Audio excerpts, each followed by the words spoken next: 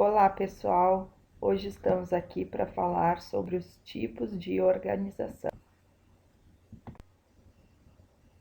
São três os tipos de organização: a organização linear, a organização funcional e o que chamamos de organização Lean Staff.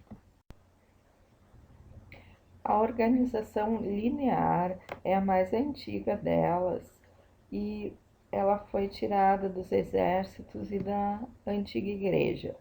Nessa organização, a gente tem uma linha única de autoridade e responsabilidade. Vocês podem ver nesse organograma ilustrativo que sai uma linha única do general e vai para o coronel A e para o coronel B.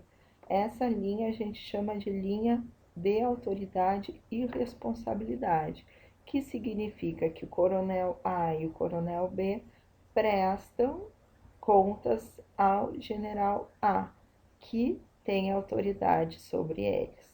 Mesma coisa, do coronel B sai uma linha de autoridade e responsabilidade sobre o capitão A, B e C, e assim por diante. A gente encontra esse tipo de organização geralmente em empresas de pequeno porte que estão começando no seu estágio inicial de funcionamento. As características dessa organização linear, a primeiramente delas é essa linha única que sai lá do topo do organograma do superior e que vai se subdividindo, né? As linhas formais de comunicação, ou seja, a comunicação na empresa deve ser feita somente através dessas linhas existentes no organograma. Não existe uma comunicação indireta. Centralização das decisões, então, tem uma autoridade máxima e a tendência é que todas as decisões e o controle estejam nessa autoridade máxima lá no topo do organograma. Tem um aspecto piramidal, né? Quanto mais para cima a gente tem o cargo, a gente tem a maior centralização nas decisões e se tem um conhecimento maior da organização. E quanto mais baixo o cargo, maior a especialização e também tem uma delimitação das suas responsabilidades. Quais são as vantagens e as desvantagens da organização linear? Então, primeira vantagem, ela é muito fácil de se compreender. A gente olhando o organograma consegue ver direitinho como a empresa tem a sua responsabilidade e autoridade distribuída. Então, com delimitação clara dessas responsabilidades, nenhum setor ou órgão influencia no trabalho direto do outro, porque eu sei exatamente quem é responsável pelo quê. É fácil de implantação, porque se tem um controle grande e também tem disciplina, e ela é estável porque esse controle é centralizado.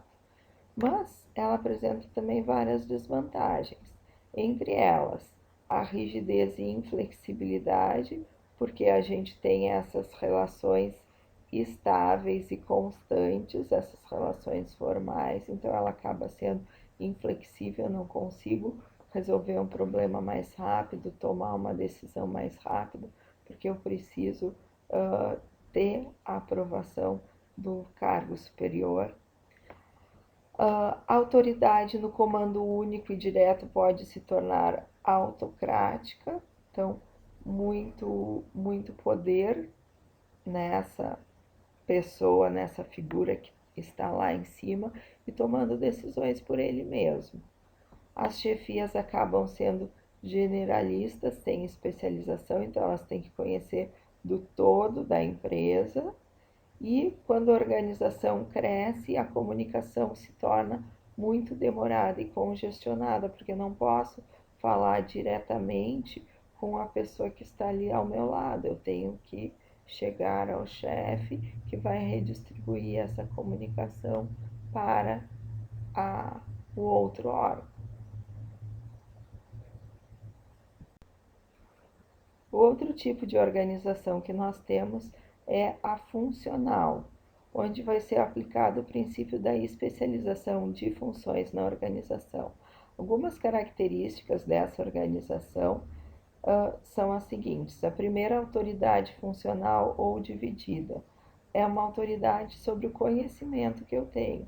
Então, eu tenho autoridade sobre todos os conhecimentos relativos à contabilidade. Eu tenho conhecimento sobre informática. Então, qualquer problema na empresa que se refira à informática vai ser reportado a mim. E dessa forma, nenhum superior vai ter autoridade total sobre os subordinados, porque quando eles precisarem resolver um problema relativo a outras áreas, que não aquela que ele trabalha, que nem eu trabalho na contabilidade, mas estou com um problema relativo ao meu sistema, quem vai ter autoridade sobre o sistema é a informática. Linhas diretas de comunicação, então as comunicações são efetuadas diretamente sem intermediários, eu não preciso passar para o meu chefe e o meu chefe redistribuir ao novo departamento. E assim eu tenho descentralização das decisões e ênfase nas especializações. Nós podemos ver essas características no organograma da organização funcional. Então, B, ele é subordinado a A, mas ele também, para determinadas tarefas, é subordinado a B e E também. Ele é subordinado a E e para determinadas tarefas ele é subordinado a B.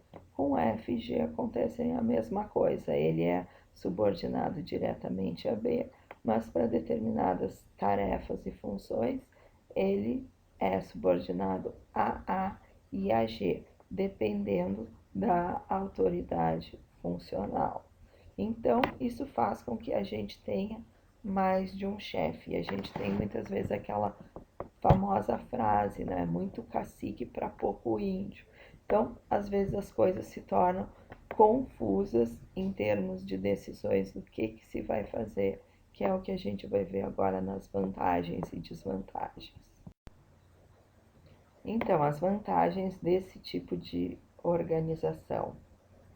Primeiramente, ela proporciona uma grande especialização nas unidades, permitindo que cada órgão, ou departamento ou cargo consiga se concentrar unicamente no seu trabalho e na sua especialidade, na sua função.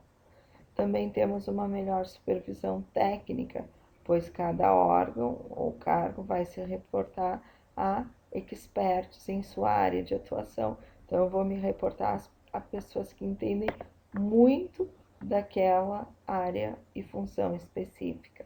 E eu vou ter uma comunicação direta, sem intermediação, que isso vai ser mais rápido e também vai haver menos distorção, porque passa por menos pessoas.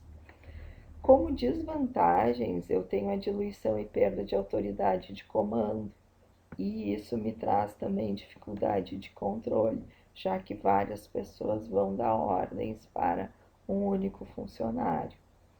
E essa subordinação múltipla, né? Nem sempre os órgãos, quando tem um problema, sabem quem contatar. Eu vou buscar a opinião de tal função, ou eu vou pegar, ver o que a outra função vai me dizer para fazer. E também acaba havendo conflito e tensão dentro da organização, porque a especialidade de marketing me diz para fazer determinada coisa e a especialidade de informática me diz para fazer outra. E eu acabo não tendo cooperação e muitas vezes tenho competição entre esses diferentes setores. O terceiro tipo de organização que nós veremos é a organização Lean Staff, que a gente diz que combina a organização linear com a funcional, trazendo vantagens para a empresa. A gente tem nesse tipo de organização o mais complexo e completo, e também é o mais utilizado nas organizações, tá? E aí nós temos, como nós já vimos na aula passada, os órgãos que vão ser de linha e responsáveis pela execução do trabalho, e os órgãos de assessoria, que vão dar apoio e consultoria. E esses órgãos vão se relacionar. Somente os órgãos de linha que vão ter a autoridade linear pelo princípio escalar, tá? E os órgãos de staff vão prestar assessoria nos serviços especializados. As características da organização linha staff são as seguintes. Primeiramente, essa fusão da estrutura linear com a funcional, com predominância da linear. Cada unidade organizacional vai se reportar a apenas um órgão superior, então vai seguir a autoridade linear de subordinação. Porém, cada órgão desses pode contar com a assessoria de diversos órgãos de staff, de órgãos de assessoria. Na organização linha staff, a gente também vai ter linhas formais de comunicação entre superiores e subordinados, que vão representar a hierarquia no organograma.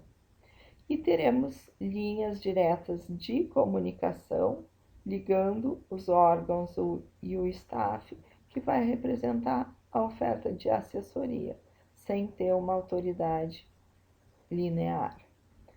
A gente tem essa separação, então, entre os órgãos operacionais, executivos, a linha, e os órgãos de apoio e suporte, assessores ou staff.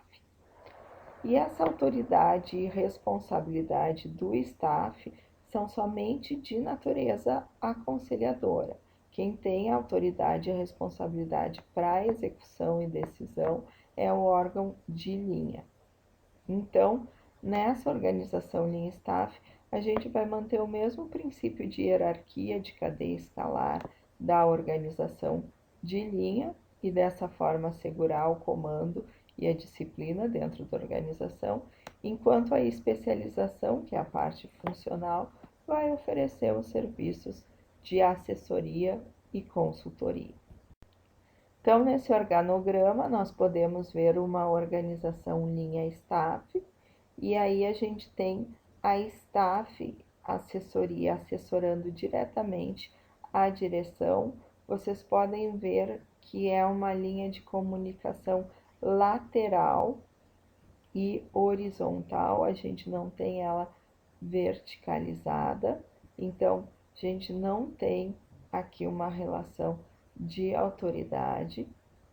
Nós não temos nenhuma linha de autoridade saindo da assessoria diretamente para outros cargos, tá? Então, ela vai assessorar a direção e ela também pode assessorar, quando solicitada, todos os outros órgãos da empresa. Então, por exemplo, a gente tem ali ela assessorando a operação B e a operação D, mas quando solicitada, ela pode estar assessorando as gerências, a operação A, a operação C, com essa função de assessorar especialidades, tá? Então, a gente poderia ter aí uma assessoria de comunicação e essa assessoria prestando, né, uma consultoria, uma assessoria, sempre que for solicitado, as diversas operações dentro da organização.